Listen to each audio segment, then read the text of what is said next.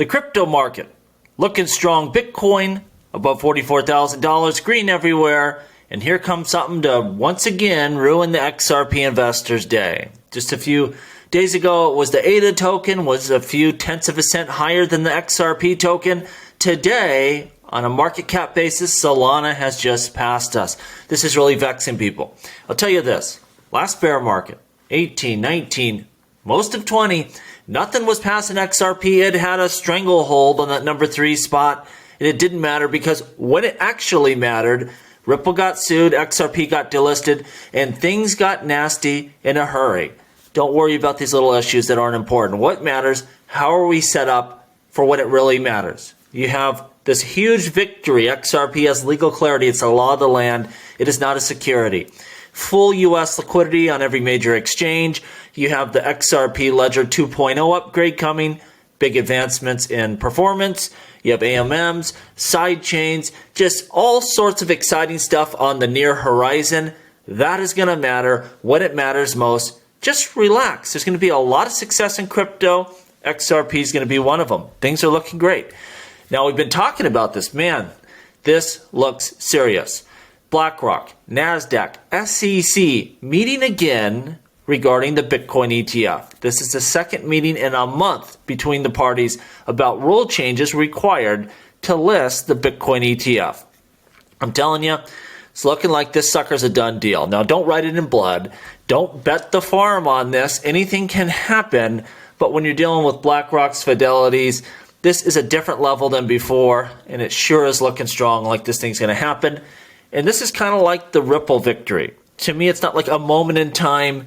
I'm sure prices will go up, but that's not what's important to me. This is signifying that this asset class is graduating into a real asset class from a hobbyist level type of endeavor that we've been operating in the past. It's a long-term big deal. It'll bring a new class of investor to this space with a whole heck of a lot more money than most of us have.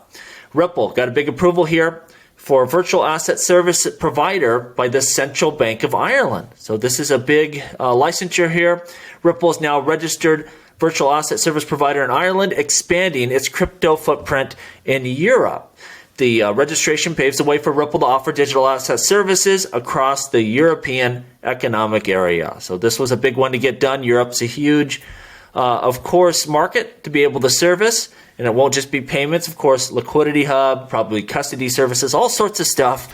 They're getting into all sorts of crypto businesses, and being able to operate in Europe is important. We're going to see strict guidelines and registration and, just general regulatory clarity rolling out. With that will come a lot of hurdles companies have to get over, but Ripple's ready to do that. Make the laws clear, they will follow them. And this will be a big one for their success in Europe. Best believe that. And I expect the United States to follow suit from what we're seeing happening in Europe soon enough. Monica Long, president of Ripple, made the following predictions in terms of 2024. In 2024, crypto will break the speculative hype cycles that have defined the boom and bust for the industry since Bitcoin's invention. I agree with her a little bit. Of course, volatility will lower the farther we go as this asset class grows, but there's going to be an awful lot of volatility, and there's cycles in all markets. With crypto, it's kind of cool for us, the investor, because instead of being a decade or a decade and a half, they're very short and volatile and powerful. And yes, that will change over time, but I don't think totally these crypto boom and bust cycles are going to go away anytime soon. That's for sure. The next one I think that's important, she says integration. This is a big difference from what we've seen in the past. With the past couple of years, we've seen many more traditional finance players like Fidelity, BlackRock, PayPal, and Visa integrating or partnering with crypto native companies to offer crypto and blockchain services and products. We discussed this the other day. Before, blockchain had to chase them down and say, look, this is what we can do for you, and beg them to partner and beg them to integrate in. It ain't like that. They are searching out the blockchain players because they understand now is the time, this is the future, and you best be a leader in this area of finance or you're going to be left behind. And that's exactly what we see happening. There's no more begging. They are knocking at the crypto door now, and they want in, and they're coming in a big way.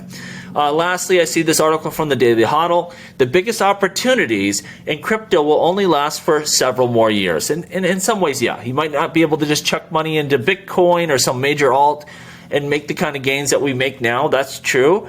But there's going to be tons of opportunity for at least a decade, probably more than that to come. If you look back to the .com bubble and it busts, and the growth of big tech, yeah, if you missed the first couple, you still had Teslas and Facebooks and all sorts of great opportunities on down the road. It's going to be like this within crypto and blockchain.